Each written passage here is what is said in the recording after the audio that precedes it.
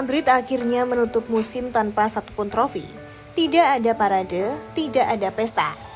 Tidak ada musik kemenangan di Bernabeu. Yang tersisa hanya suara sunyi seperti rumah besar yang lampunya satu persatu padam saat malam datang. Dan ironisnya, luka terdalam itu diberikan oleh musuh paling dibenci mereka, FC Barcelona. Skor 0-2 memang tak terlihat seperti pembantaian. Tapi bagi Madrid, kekalahan itu rasanya seperti ditampar kenyataan memakai palu godam. Barcelona tak perlu mencetak 5 atau 6 gol untuk memperlihatkan siapa yang lebih kuat. 2 gol saja sudah cukup untuk membuka semua borok yang selama ini disembunyikan Real Madrid di balik nama besar mereka. Camp Nou malam itu berubah seperti pesta rakyat. Lagu Champions Champions menggema dari tribun ke tribun seperti suara ombak yang menghantam kapal karam. Sementara para pemain Real Madrid siap berjalan keluar lapangan dengan wajah kusut, seperti pekerja kantoran yang baru sadar dompetnya tertinggal setelah perjalanan jauh.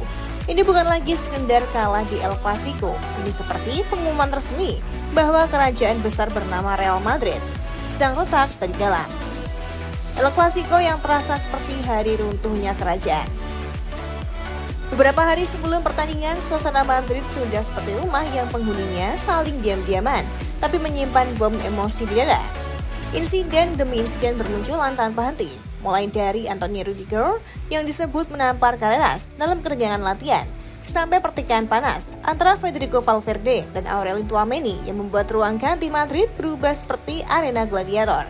Kabarnya Valverde sampai harus dibawa ke rumah sakit setelah kepalanya teruntur meja.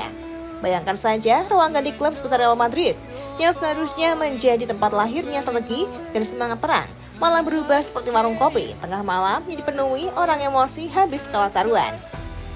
Walaupun pihak klub mencoba meredam isu, asap kebakaran itu terlanjur terlihat kemana-mana dan publik mulai sadar Madrid bukan sedang mengalami musim buruk biasa, mereka sedang mengalami keretakan besar. Pelatih sementara Alvaro Arbeloa bahkan terlihat lebih mirip petugas kebersihan yang sibuk menyapu pecahan kaca daripada seorang pelatih kepala klub terbesar dunia. Komentarnya juga memperlihatkan betapa kacaunya situasi. Rekam setim pernah berkelahi menggunakan tongkat golf.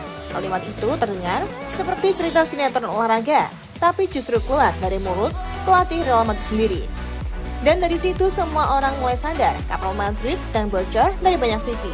Bahkan sebelum kick-off, Madrid sudah terlihat kalah. Madrid datang ke Camp Nou seperti petinju yang sudah kehabisan nafas.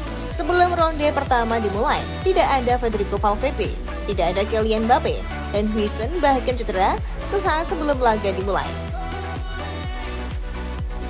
Sementara Barcelona datang dengan aura juara. Hansi Flick berhasil membuat Barcelona bermain seperti mesin baru yang olinya baru diganti, licin, cepat, teratur. Semua pemain bergerak seperti jarum jam yang saling terhubung. Di sisi lain, Madrid terlihat seperti charger HP rusak, kadang nyambung, kadang mati sendiri. Barcelona menekan tanpa henti sejak menit awal. Mereka menyerang seperti orang kelaparan yang melihat meja penuh makanan. Intensitas mereka begitu tinggi sampai lini tengah Madrid seperti hilang di dalam kabut. Dan saat Marcus Rashford mencetak gol pertama, Camp Nou meledak. Suara supporter Barca malam itu seperti petir yang jatuh tepat di atas kepala Madrid. Belum sempat bernafas, Ferran Torres kembali menghantam. 2-0, gol kedua itu seperti pukulan terakhir dalam pertengkaran panjang. Madrid langsung kehilangan arah. Yang paling menyakitkan bukanlah skor akhirnya, tapi bahasa tubuh para pemain Madrid setelah tertinggal. Tidak ada kemarahan, tidak ada tatapan lapar. Tidak ada aura, kami akan bangkit. Mereka bermain seperti orang yang terjebak lembur di hari Jumat malam. Badan ada di lapangan, tapi jiwa mereka seperti sudah pulang duluan. Dulu Madrid dikenal sebagai monster Liga Champions, tim yang bahkan saat tertinggal tetap menakutkan. Tapi malam itu mereka terlihat rapuh, kosong, kehilangan identitas. Karena untuk pertama kalinya dalam waktu lama, Real Madrid benar-benar terlihat seperti bahan hiburan lawan. Camp Nou bahkan mulai meneriakkan kata berjuang ke arah pemain Madrid. Sebuah ejekan yang menusuk lebih dalam daripada sekedar skor pertandingan. Nama Mbappe kini berubah dari harapan menjadi sasaran kemarahan. Padahal dulu kehadirannya diperlakukan seperti kedatangan raja baru di Bernabeu. Fans menyambutnya seperti orang menunggu hujan setelah kemarau panjang. Tapi sekarang banyak yang mulai mempertanyakan komitmennya. Saat Madrid sedang berjuang menjaga peluang juara, Mbappe justru tertangkap kamera menikmati waktu di stadion dia bersama pasangannya.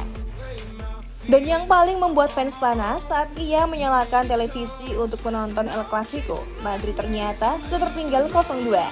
Detail kecil itu terasa seperti garam yang ditabur di atas luka terbuka. Para fans ingin melihat pemimpin masa depan berdiri bersama tim saat berdatang, bukan muncul ketika kapal sudah hampir tenggelam. Petisi yang meminta Mbappe pergi bahkan disebut mengumpulkan jutaan dukungan, sesuatu yang nyaris tak pernah terjadi untuk pemain sekelas dirinya. Di Madrid statistik tak cukup, karena di klub sebesar ini, pemain bukan cuma dituntut mencetak gol, mereka harus membawa aura perang. Respect Vinicius yang membungkam semua emosi. Yang paling membuat Madrid takut sebenarnya bukan kekalahan malam itu, melainkan kenyataan bahwa Barcelona kini terlihat memiliki masa depan yang jauh lebih terang. Hansi Flick membangun Barca seperti tukang bangunan yang tahu persis fondasi apa yang harus dipasang lebih dulu. Tim ini disiplin, kompak, rela berlari untuk satu sama lain. Barcelona tidak hanya menang di papan skor, mereka menang secara mental, menang secara taktik, menang secara identitas. Tentu terlihat jelas saat peluit akhir berbunyi, tanpa tambahan waktu sama sekali. Bahkan wasit seperti tahu, laga ini sudah selesai sejak lama. Namun di tengah semua kekacauan itu, ada satu momen yang membuat banyak orang terdiam. Saat semua orang mengira para pemain Madrid akan meledak karena frustasi, justru Vinicius Junior tampil berbeda. Sebagai kapten malam itu, Vinicius berjalan menghampiri satu persatu pemain Barcelona, menyalami mereka, memberikan selamat. Bahkan mengajak rekan-rekannya melakukan hal yang sama. Momen itu seperti setetes air dingin di tengah kebakaran besar, yang memperlihatkan bahwa sebesar apapun kekalahan, kelas tetap harus dijaga. Dan yang paling menyentuh, Vinicius juga memberi pelukan serta ucapan selamat kepada Hansi Flick. Padahal beberapa jam sebelum laga, Flick baru saja menerima kabar bahwa ayahnya meninggal dunia.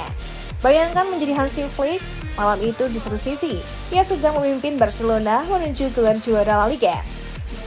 Di sisi lain, ia baru kehilangan ayahnya. Itu seperti seseorang yang dipaksa tertawa di tengah badai kehilangan. Barcelona bahkan merilis pernyataan resmi bela sungkawa untuk sang pelatih. Tapi Flick memilih tetap berada di pinggir lapangan. Ia tak pulang ke Jerman. Ia tak meninggalkan tim. Dan keputusan itu justru membakar semangat para pemain Barcelona. Mereka bermain seperti ingin memberikan hadiah terakhir untuk ayah pelatih mereka. Saat pertandingan selesai, Flick mengatakan, "Saya tidak akan pernah melupakan momen ini." Kalimat itu sederhana, tapi terasa sangat berat. Karena malam itu, Flick kehilangan seseorang yang dicintainya, sekaligus memenangkan gelar terbesar di Spanyol. Campur aduk emosinya seperti ombak besar yang menghantam karang tanpa henti. Musim ini benar-benar terasa seperti mimpi buruk bagi Madrid, tanpa trofi, tanpa identitas jelas, dipenuhi konflik, dipenuhi tekanan. Namun satu hal tentang Real Madrid yang selalu membuat dunia sepak bola sulit melupakan mereka. Klub ini punya kebiasaan bangkit dari runtuhan, dan Arbeloa mencoba mengingatkan itu kepada semua orang. Real Madrid selalu kembali. Kami sudah jatuh dan bangkit berkali-kali. Kalimat itu terdengar seperti seseorang yang mencoba menyalakan lilin kecil di tengah listrik kota yang mati total. Karena sebesar apapun kehancuran Madrid hari ini, dunia sepak bola tahu klub ini terlalu besar untuk selamanya tenggelam. Tapi pertanyaannya sekarang sederhana, apakah ini hanya musim buruk biasa atau awal dari runtuhnya sebuah dinasti besar?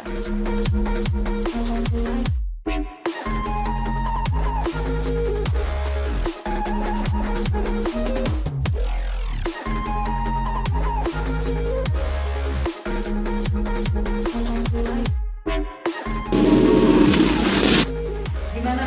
Seru banget dong pastinya. Ya, pokoknya kalau ada informasi terbaru dari dunia sepak bola, aduh, udah pasti seru banget deh. Kalau kamu masih penasaran dan pengen tahu informasi seru lainnya, kamu pantengin terus aja FGD Football. See ya.